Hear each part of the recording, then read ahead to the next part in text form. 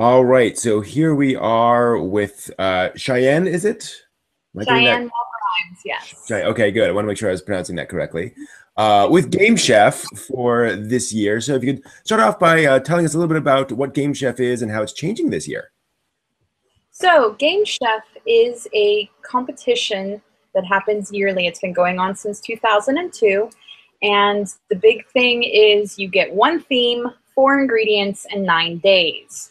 And so the way that this works is every year we give kind of a general theme, and then we give 4 ingredients, in which 2 to 3 of those ingredients must be incorporated into the game. You can have 9 days. This year it's going to be June 13th through the 21st. You are to write a fully fleshed out, playable analog role-playing game. Wow. So think along the lines of tabletop thing. As long as it fits the theme and has 2 to 3 ingredients, you will look at everything. One of the big things that we've been doing over the past couple of years is we now have different language coordinators, so that way you can enter into the competition in English, Brazilian, Portuguese, Korean, Russian, French, Italian, Slovenian, and Polish. Holy and smokes. Adding Spanish. And so what we do is every single breakdown of language has coordinators that look through things. And when you sign on to do Game Chef, once you have entered your game at the end of the time, you then are given a few other games from other people that have written games that year and do peer reviews. So that way you get feedback from other game designers, and then we have judges and language coordinators that look through all the titles, pick kind of finalists through each one. Every single language has a winner, and then we come up with a world winner. Last year, actually, it was from Korea. They actually won last year. So nice. So I was actually gonna... Go ahead. It's not just an English-dominated competition. Yeah. A big thing, because a lot of people think, oh, you know, this isn't for me, but really, it's a worldwide event. So. Absolutely, and I was actually curious about that.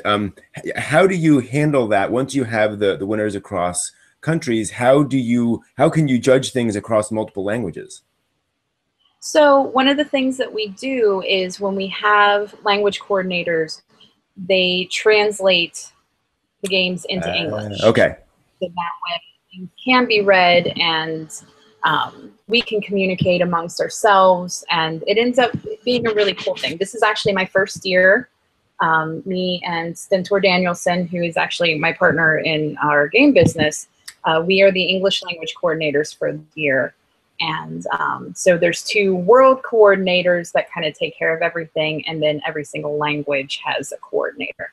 Wow. And so this is cool, and I've submitted a game before. I have a couple of friends who have won, and it's a really cool competition, so I'm super looking forward to it. Yeah, absolutely. So that's interesting. So what are the responsibilities of the global coordinator versus the language coordinators? The global coordinator does a bit of work, you know, deciding on dates. We have dates for everything. We have dates for when the rules had to be translated by, when the actual games have to be translated by, what time you get proofs in, all of that stuff. So a lot of it is just doing sort of the detail work behind the scenes, and just making sure that we get the word out there about it. Because like I said, you know, we're up to 8 languages this year. It would be great if we could get 20 languages and a couple hundred entries from every language. That would be amazing. Absolutely. Yeah. Well, that's one of the cool things about Game Chef, is that it's really a marketplace for innovative game designs, you know? Yes, absolutely. Yeah. And yeah, talk, please. That was the main focus when it started, was just to get people, whether or not, no learning curve to this. If you the ingredients and go, oh wow, I can incorporate that into this and I can make this thing happen, awesome.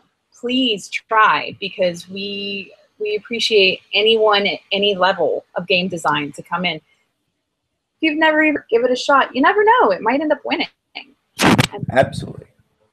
there's games that have absolutely been published that were submitted to Game Chef. Like it's a thing. It really does. So, you know, we really try to be as inclusive as possible and try to reach out to anyone in any group. It doesn't matter where you're coming from. If you create a game, we welcome you. So cool.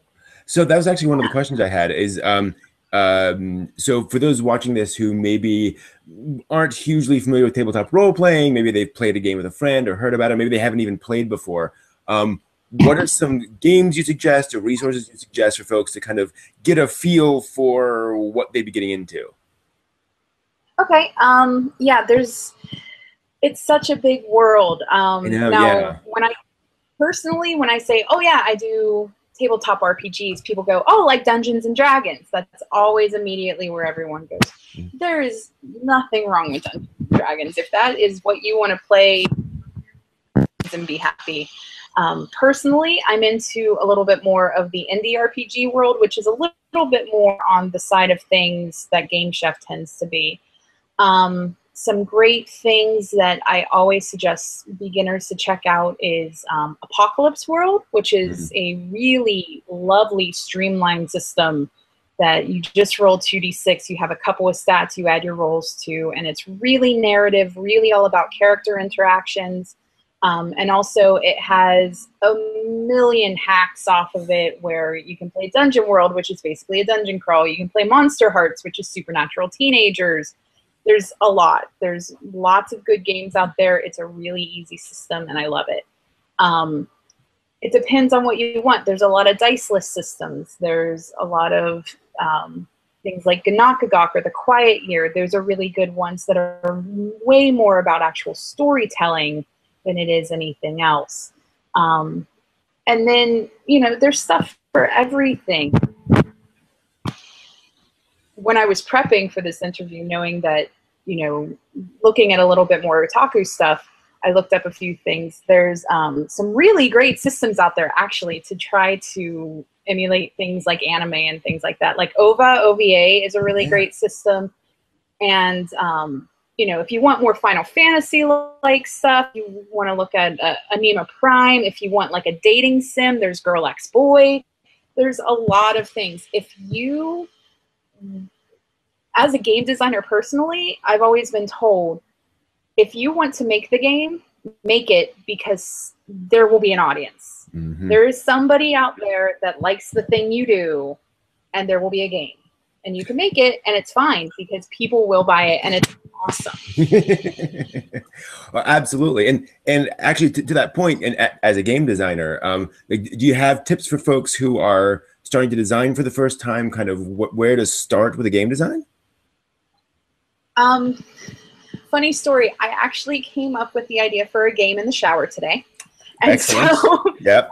I started the design process earlier today. And really what it is if you have an idea that you're like, man, it would be super fun to get to play this game, just start thinking about it. Think about what would be fun, what you do want to actually explore with it.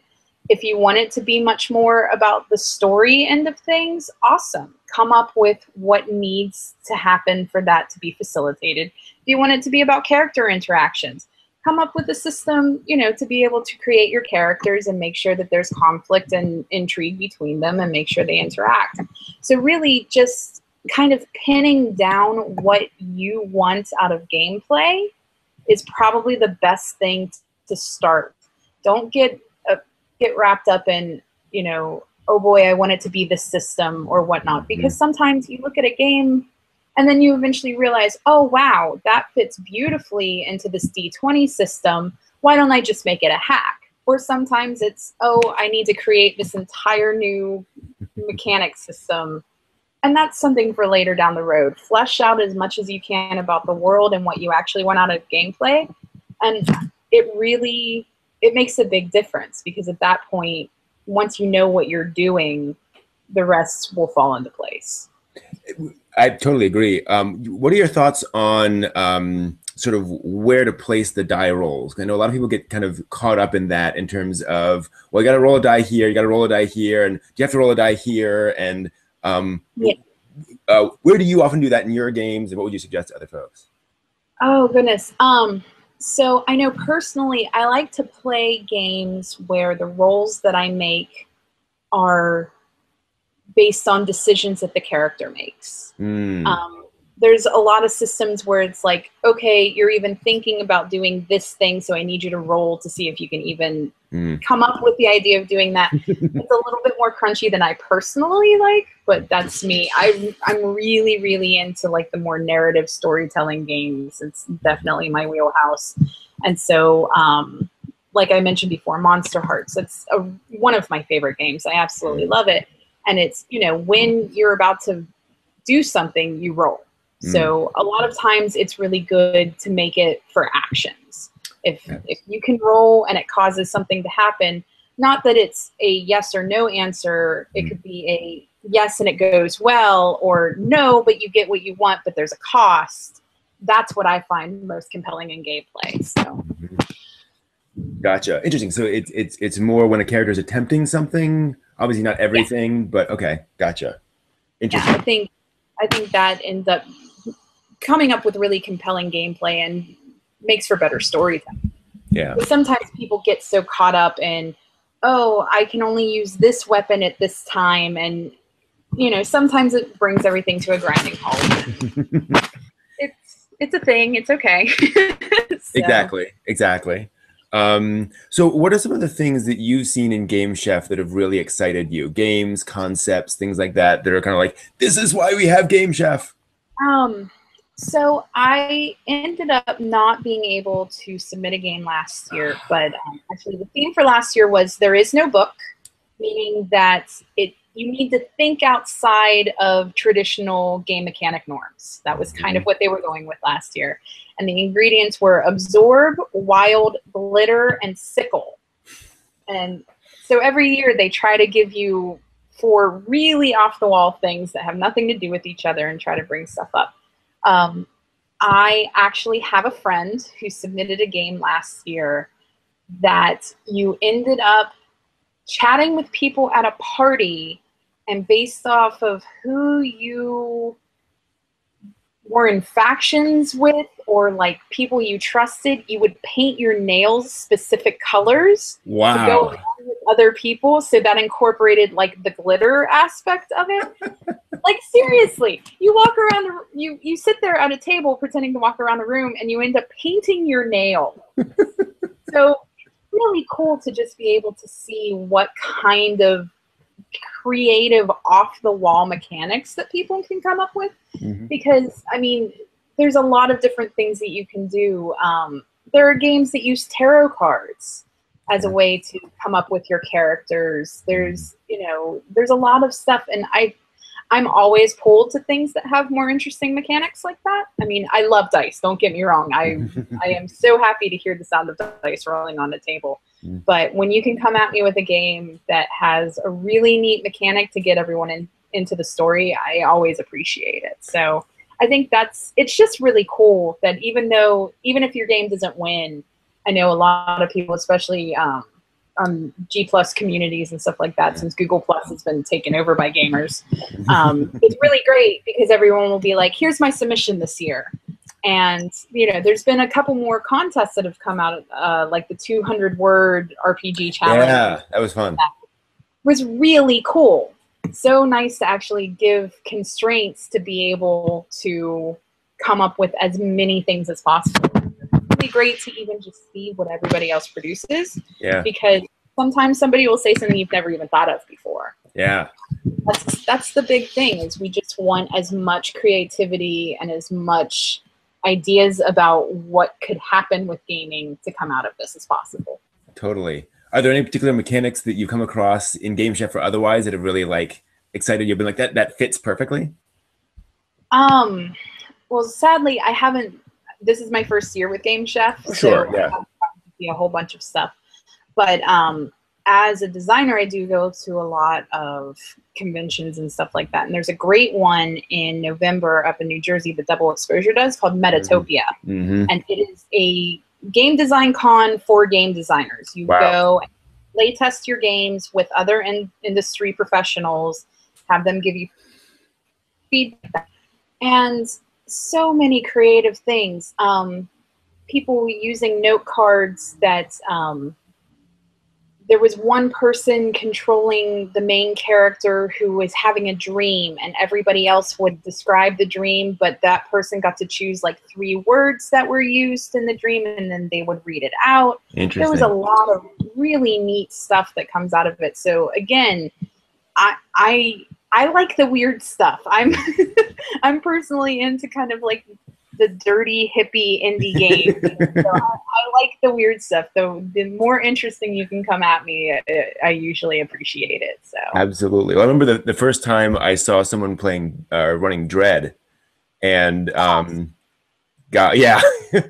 just sitting at a table and hearing people talk. Whoa! No, there is a physical manifestation of anxiety and terror in the middle of the table, and it's a Jenga tower. It's the most like innocent thing, but man, you play a Dread game and you're up walking around pacing because you have this nervous energy and you're terrified to touch that tower. Oh god, Dread is amazing. And then you start watching everyone else who's pacing and making sure they don't get near the table so they don't accidentally knock it. Oh goodness, I've had friends run it at a lot of conventions. There's a group called Games on Demand, where you sign up to GM and you give a couple of games that you're willing to run, and then when people come, they pick what game you run, and then you go and run it. Like you don't know what you're going to run. Wow. It's time, and a lot of times Dread gets run because everybody wants to play it. And I have walked through halls where people are making like a 10-foot barrier around the table. They're like, we are 42 pulls in. You are not knocking this tower over. I am not dying. It's really cool. And actually, I just watched the Tabletop because they just did a double episode featuring Dread. Nice. Such a good way to show and get people into that game. It's lovely. I love that game. So awesome. I'll have to track that down. I didn't realize they'd done Dread this year. That's great. Yeah. That's very cool. It's funny you mentioned earlier when I came across the Quiet Year. And somebody described it to me. I finally bought it, and I remember it arrived, and I opened it up, and I was like, "What is this?" And I started going through the cards and realized, "Oh, this is brilliant." Yeah. That whole idea of having the cards but organized according to season. That fits. Yeah, it's a lot of fun, and that's I mentioned before Ganakagok. You're like an Eskimo-esque people who have never seen the sun, and there's a prophecy that the sun is coming up, and you have to figure out what that means. You don't know if it's good or bad, and everybody at the table forms a map together of what their area looks like and what ecological things you're going to deal with and things like that. And it's just there's so many things that can be done. And, like I said, I love dice, but there's a lot of creativity right now going on with a lot of diceless games and GM-less games also. That's been a big trend recently, is trying to come up with games where you don't have one person specifically in charge. Yeah. And so it's pretty cool when you get to do stuff like that. So there's a lot of creativity out there. Absolutely. And one of the nice things too about this is that because you don't have much time to build a 500-page, rule book, you're going to generally be led down the direction of that thing where you don't necessarily, or it's easier to design a game without a GM, because then you're not talking to 2 different people at once and trying to explain, okay, here's all the things GM does, and all those weirder ideas have more space to flourish. Yeah, absolutely. I completely agree with that. And there was another competition similar to this that they're doing for freeform LARP now that's called the Golden Cobra. Cool. And it was pretty cool. And I got to play in a couple of the games at Metatopia this year, including one that's called Still Life. You're a rock. You decide what kind of rock you are.